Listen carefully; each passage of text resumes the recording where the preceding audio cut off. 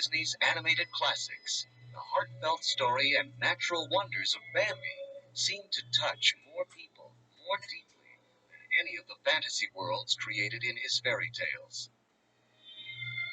Now, through music, footage, and artwork never before seen by the public, we will celebrate the making of this Disney masterpiece.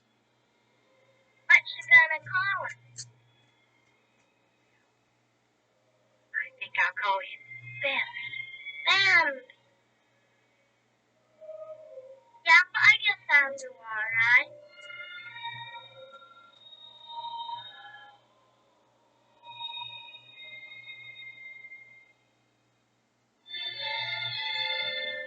Walt Disney started planning Bambi in 1936, while still in production on his first full-length animated feature, Snow White and the Seven Dwarfs.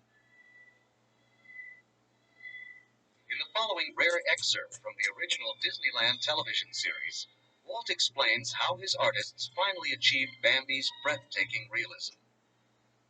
In Snow White, we gained more experience and the courage to take another big step. We'd make a cartoon feature starring only animals. Now, we'd long been interested in the works of Felix Salten, and one of these we felt was ideal. It was Bambi, the story of a deer. We knew that to retain the charm of these creatures, our animated drawings must fully capture the natural movements and attitudes of living animals. At first, animals were brought into studio art classes for close-up study by the Disney artists. Drawing on any animal that you have to make appear to be real. You're just making believable that the audience accepts it as real. And you have to draw them accurately.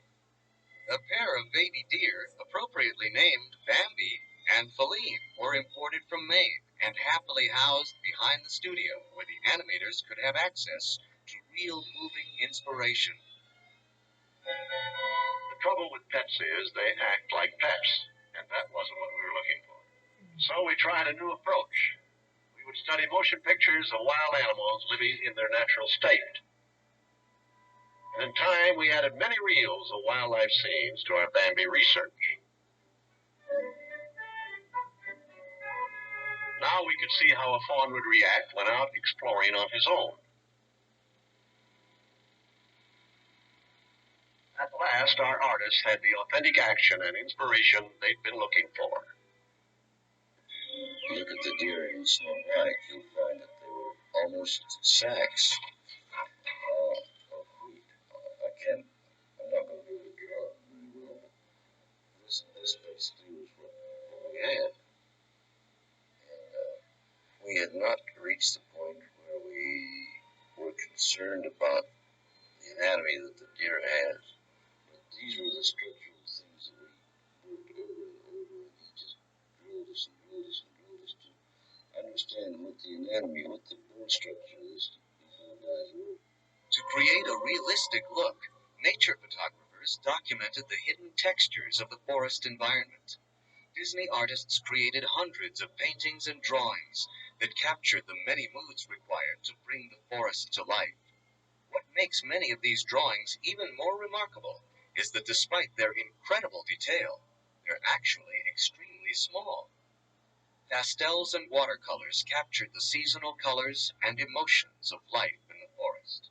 I think Walt realized fairly early that he would not be able to do it with a lot of dialogue, a regular storytelling type of thing, and he had to rely on art, beautiful artwork, and music to create a mood, to create a feeling.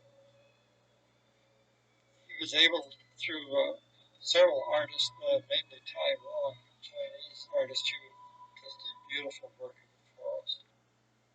If you ever wondered how the artists perfected such realistic details as a single drop of rain, here's the secret. Animators studied slow-motion photography of drops of milk that revealed the elaborate splash patterns that usually disappear in the blink of an eye. Strange shapes began appearing on the animators' drawing boards. Drawing by drawing, drop by drop, a rainstorm was created.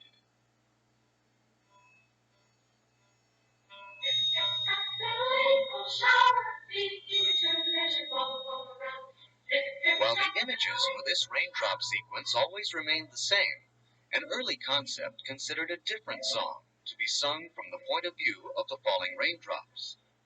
Even here, the technique of using vocals as a scoring tool is evident. Presented here for the first time is the original test demo of the Rain Song from June of 1938, illustrated with concept and storyboard art.